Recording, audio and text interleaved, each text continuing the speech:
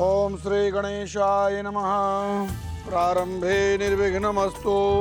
ओम पवित्रः पवित्रो वा सर्वावस्थांगतोऽपि वा जय स्मरेत् पुंडरीकाक्षं सबाह्याभ्यन्तरः। जो कन्यादान करेंगे वो आगे आ जाएं। जी पंडित जी, मैं करूंगी।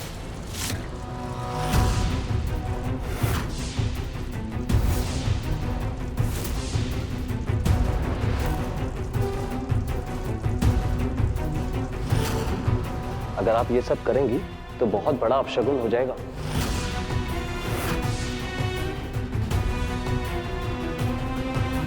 सूरज, केसर का कन्यादान तो मैं ही करूंगी ना?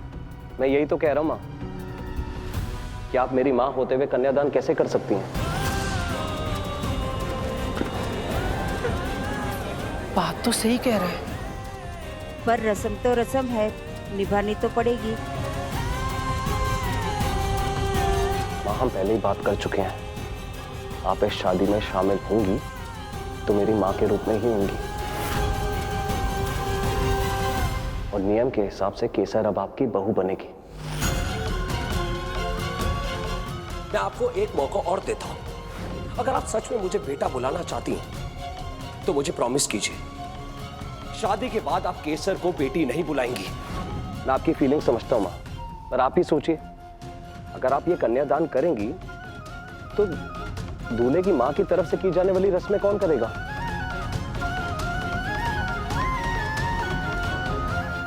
सूरज, मैं आपकी बात समझती हूँ, आप अपनी जगह सही हैं, पर मासूई तो मेरी सब कुछ है।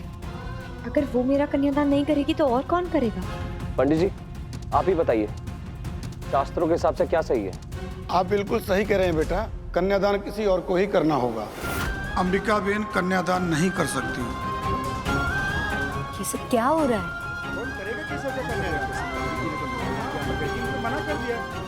ये तो बस शुरुआत है केसर।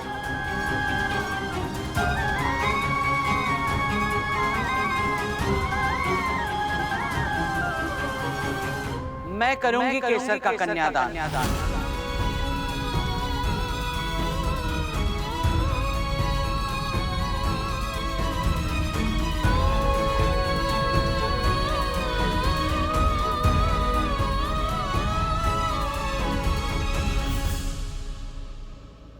मासू मेरे लिए तो माँ की ममता भी आप है और पिता की छाया भी। तो फिर कोई और मेरा कन्यादान कैसे कर सकता है?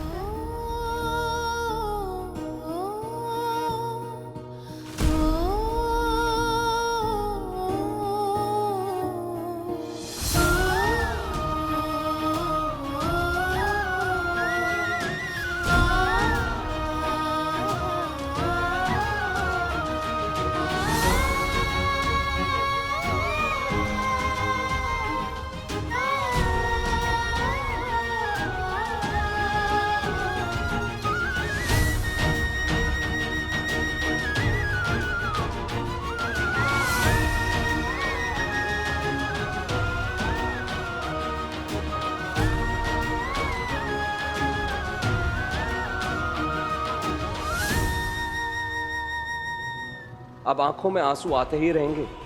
आदत डाल लो दोनों। सास बहू दोनों मिलकर बचपन से ही रुलाते आ रहे हो मुझे। अब मेरी बारी है।